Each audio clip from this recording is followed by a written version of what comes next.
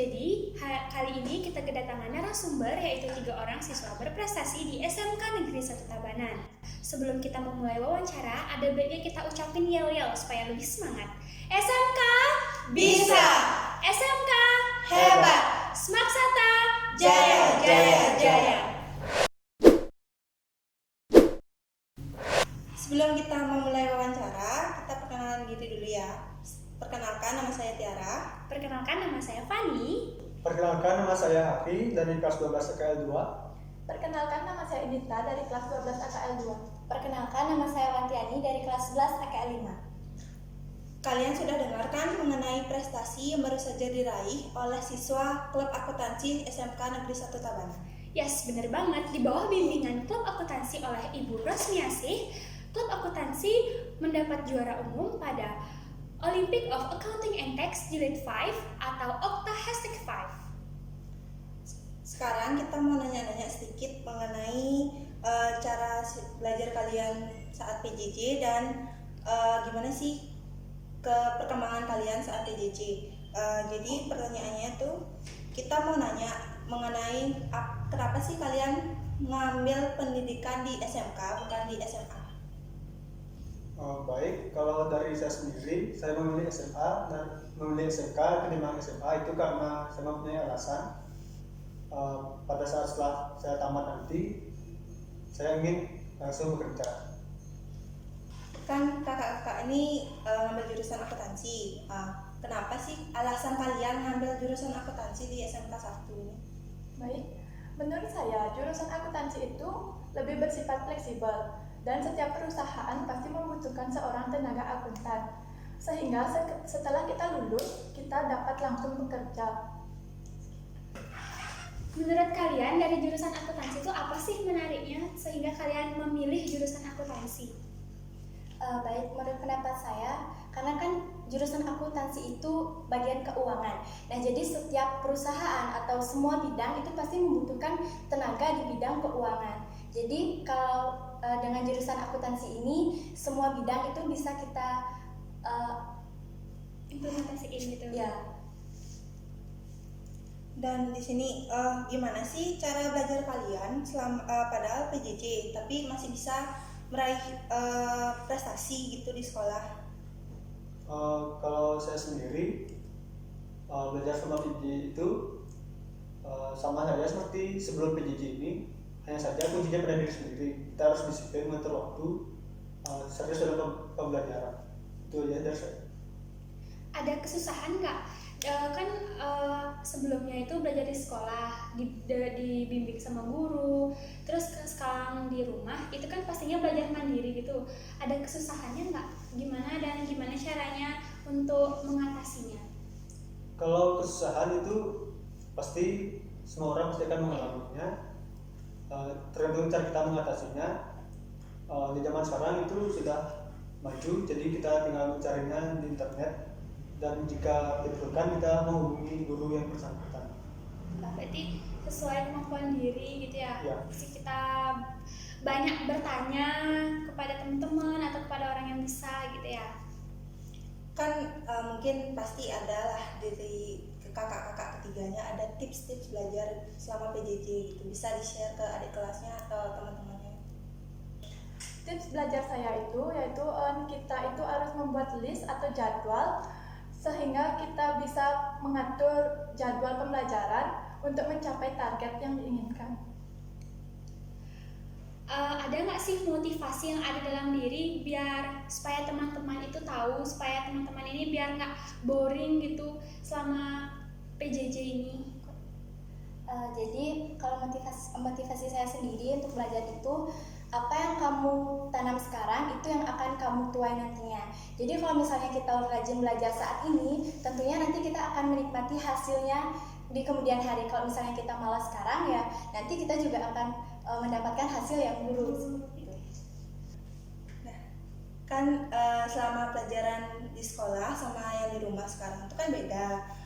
Selama kita melakukan pelajaran tuh pasti di rumah tuh ada aja kegiatan yang dimintain tolong sama orang tua, atau waktunya juga nggak terlalu pas gitu. Gimana sih cara kalian mengatur waktunya dengan baik? ya antara kegiatan sekolah selama PJJ sama kegiatan di rumah gitu.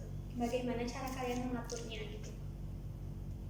Kalau dari kakak sendiri sih, kebetulan juga dari kepala sekolah kita itu sudah menerapkan kalau pada saat Viko itu menggunakan seragam sekolah. Itu tujuannya pada saat Vikon orang tua itu berpikir bahwa ini anak kita itu sedang Vikon, kita nggak boleh ganggu. Jadi kita itu bisa fokus belajarnya. Jadi setelah Vikon itu sekiranya kakak bertanya kepada orang tua kakak apa yang bisa kakak bantu terhadap di rumah itu. Berarti di waktu luang lah. Ya. Ada nggak sih trik belajar khusus yang kalian punya supaya teman-teman kita tuh bisa ngikutin, siapa tahu bisa jadi pintar sekalian kayak gitu, biar bisa jadi siswa berprestasi seperti kalian gitu. Ada nggak trik khususnya? Baik, jadi kalau saya sendiri sama juga kayak yang dibilang sama kakaknya tadi, itu kita tuh juga bisa membuat planning atau jadwal-jadwal. Jadi kita bisa setiap harinya itu kita melakukan aktivitas sesuai dengan jadwal yang kita lakukan. Jadi waktu kita tuh udah diatur. Dan selain itu kita juga harus punya motivasi. Jadi kita tuh lebih semangat buat mencapai motivasi cita-cita itu. Dan selain itu yang terpenting juga mulai dari diri kita sendiri. Kalau misalnya kita nggak mau berubah ya nggak juga bisa. Berarti harus punya target gitu ya, biar kita ada yang kita kejar gitu ya. Kan di rumah tuh banyak kegiatan. Abis itu di sekolah juga kita pulang sekolah tuh pasti dapat tugas gitu dari guru. Nah, kalian pernah nggak merasa terbebani sama tugas yang diberikan dari sekolah? Dan di rumah pun ada kewajiban yang kita harus lakuin gitu. Pernah merasa terbebani nggak? Selama PJJ ini pressure nggak sih sama PJJ? Pasti kita terbebani dengan tugas yang ada di rumah maupun tugas di sekolah. Tapi saya menambahkan semua siswa pasti terbebani sama ya seringkali terbebani sama tugas yang diberikan oleh guru. Tapi tergantung dari kitanya menyikapi. Jika kita suka menunda untuk membuat tugas, ya pasti akan jadi beban. Makanya kalau ada tugas itu langsung aja dikerjakan biar nggak jadi beban.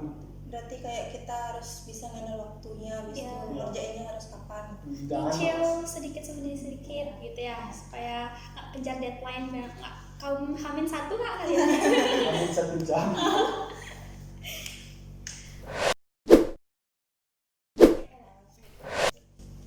Kalian ini kan memilih SMK, terus ada nggak sih harapan atau goals kalian setelah kalian lulus dari SMK nih? Kalian mau jadi apa, atau ada suatu hal yang kalian ingin capai nanti setelah SMK? Baik, kalau saya sendiri, saya sih nanti kalau misalnya tamat, saya ingin menjadi seorang entrepreneur. Jadi saya bisa membuka peluang usaha untuk orang-orang. Jadi setelah saya memilih jurusan akuntansi, jadi saya akan mengetahui tentang bagian keuangan. Jadi saya bisa mengatur keuangan itu Mengatur keuangan itu dengan baik gitu. mengatur keuangan itu dengan baik sehingga bisa membuka lapangan kerja bagi orang-orang lain. Biar lapangan pekerjaan di Indonesia lebih banyak gitu ya, supaya mengurangi Pengangguran. pengangguran. Pengalaman nanya nih tentang sekolah lagi. Pengalaman apa aja yang udah pernah kalian rasain di sekolah selama bersekolah di SMK Negeri 1 Tabanan? Pahit manisnya sekolah di sini bisa diceritakan gitu. Ya, mulai dari KPA. Ya, Kalau pahitnya itu mungkin banyak. banyak. Pertama kali sekolah di sini itu ya pasti kayak gimana itu otak itu harus dipaksa gitu. Pertama kali kita mengenal akuntansi, debit, kredit. Iya. Kenapa nggak balance? Itu yang paling berat. Pejuang otak balance. gitu. Terus yang bisa dibilang manis sih nggak terlalu manis juga. Manisnya apa? Manisnya banyak cewek sih. Oh ya, soalnya Kita cowoknya sekolah banyak minim. cewek. Iya. Ya selain itu pada saat kelas 10 kita ada PKL di UP itu untuk menambah bekal kita untuk PKL pada saat kelas 11. Kelas 11 adalah bekal gitu ya, biar supaya pengalaman, supaya nanti di PKL tuh nggak kaget-kaget banget gitu ya. Kalau dari saya sendiri sih belum banyak ya, karena baru 1 tahun di sini. Jadi kalau di sekolah ini tuh kayak benar-benar disiplin banget. Jadi SMP itu kan nggak pernah ya terlalu dijadwalin kayak gitu, gurunya tuh disiplin banget. Jadi di SMK tuh kayak benar-benar gimana ya, terjadwal banget gitu. Itu aja sih kayak merasa berat, tapi itu benar-benar bagus banget sih kalau misalnya ngerubah karakter kita banget Iya, gitu ya, dari yang SMP baru ke kelas SMK. belum masuk itu, Iya. yang dulu karakter yang nggak teratur gitu jamnya, jadi sekarang tuh Kayak mulai teratur. Lebih disiplin lah intinya ya. Baik, selama saya bersekolah di sini itu pengalaman pertama itu saya merasa gugup dan saya tidak mengerti sama sekali tentang materi akuntansi dan saya merasa tertekan sekali.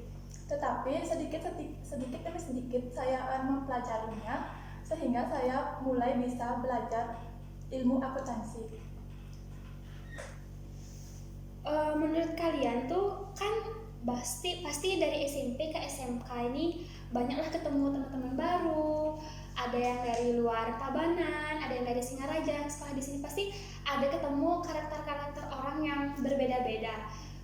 Supaya kalian nggak di pertemanan yang toksik gitu tuh bisa ada nggak sih tipsnya buat teman-teman itu untuk menghindari pertemanan yang toksik gitu?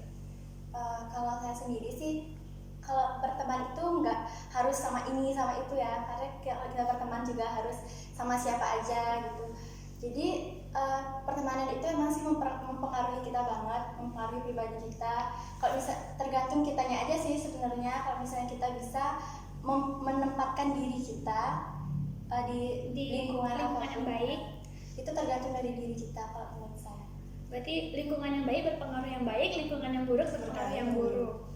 Jadi kalau misalnya mau pertemanan yang kita pintar atau gimana, kita harus cari pertemanan yang rajin belajar, sama-sama suportif gitu. Otomatis kan kita juga ikut belajar. Ya pressure juga ya, temenan sama yang pintar, jadi otomatis kita dia dapat ranking, aku mau dong dapat ranking kayak dia, kayak gitu. Kayak termotivasi gitu. Kalau misal temannya males-malesan, yuk kita bolos aja pasti jadi ikut. Ya. Kan selama PJJ ini kita juga ada ulangan di rumah nih, gitu. Gimana menurut kalian tuh selama ulangan itu tuh tipe kalian belajarnya sendiri atau lebih senang yang berkelompok? Kalau saya sih lebih senang yang belajar sendiri karena saya lebih fokus jadinya belajarnya. Saya juga sama seperti itu. Tapi terkadang jika ada yang tidak bisa tuh pasti saya diskusikan. Kalau saya sih pertamanya tuh belajar sendiri dulu buat menguasai materi. Kalau udah hampir menguasai mungkin tanya jawab sama teman-teman. Untuk persiapan biar lebih matang gitu ya. Kan kalian ini pasti belajar tuh otaknya panas gitu kan ya. Cara nge-cool up kalian habis belajar tuh gimana supaya nyantai, relax gitu biar nggak tegang terus. Itu kan ada nggak sih? Main game apa biasanya? Among Us. Mabar sama ya. Paling mengisi-ngisi apa ya? Kalau saya sih jualan ya. Sama main gadget aja sih, atau tidur buat nangis. Kalau saya sih nonton film aja. Film apa biasanya? Film-film luar sih, agak bisa bahasanya juga. Oh, jadi selain nonton kita dapat belajar gitu ya, tambahan ilmu bahasa gitu. Abis itu tuh kan kalian tuh punya biasanya punya rasa takut itu, tegang gitu kan. Saat ulangan tuh kita sendiri di rumah biasanya. Kalau kita di sekolah tuh kan kadang ada yang nyontek juga itu kan. Kalau misalnya kalian di rumah itu gimana sih tips kalian supaya nggak tegang saat ulangan itu di rumah? Ya, tadi. Kalau misalnya biar nggak tegang saat ulangan tuh yang pastinya kita juga harus persiapan ya, harus belajar dari sebelum-sebelumnya. Jangan baru mau ulangan baru kita belajar, pasti kan jadinya nambah stres gitu. Jadi harus ada persiapan. Kalau misalnya kita udah siap, materi udah kita kuasai, pasti kita bakal relax aja. Mungkin dari kakak ada tambahannya? Sama seperti dia.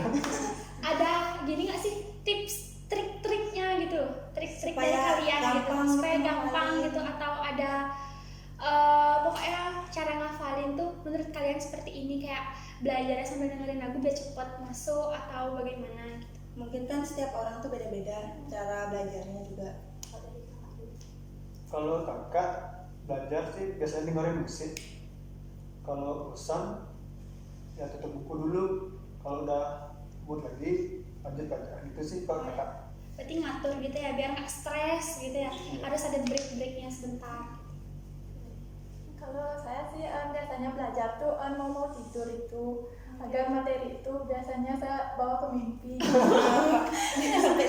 Sampai mimpi di mimpi Ada gurunya ada di mimpi gurunya. ya. Siapa tahu ada mimpiin gurunya lagi ngasih soal jadi bisa biasanya jawab gitu Siapa ya. tahu keluar juga Iya. soal yang sama. Kalau nggak gitu paginya itu jam 4 tuh saya bangun biasanya belajar kan lagi sebentarnya Iya. ulangan. Berarti biar fresh gitu materinya gitu. Kalau dari saya pribadi sih, kalau misalnya sekarang materinya bab 1, jadi waktu itu tuh fokus belajar di bab 1. Sekarang gurunya nerangin, belajarnya lagi nanti biar kayak masuk gitu ke otak. Oh, berarti sebelum mulai pelajaran, belajar dulu, terus gurunya nerangin, mereview pelajaran dari guru tersebut sambil baca buku seperti itu. Jadi kan lebih inget. Iya.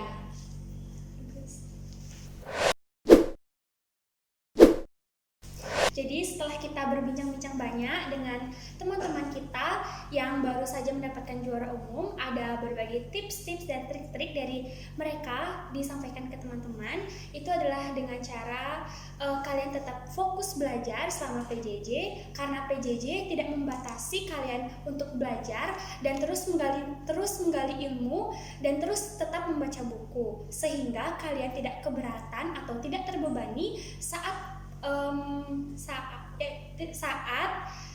pembelajaran jarak jauh ini. Sekian dari kami wawancara kita berlima. Terima kasih sudah menonton dan sampai jumpa. Bye bye.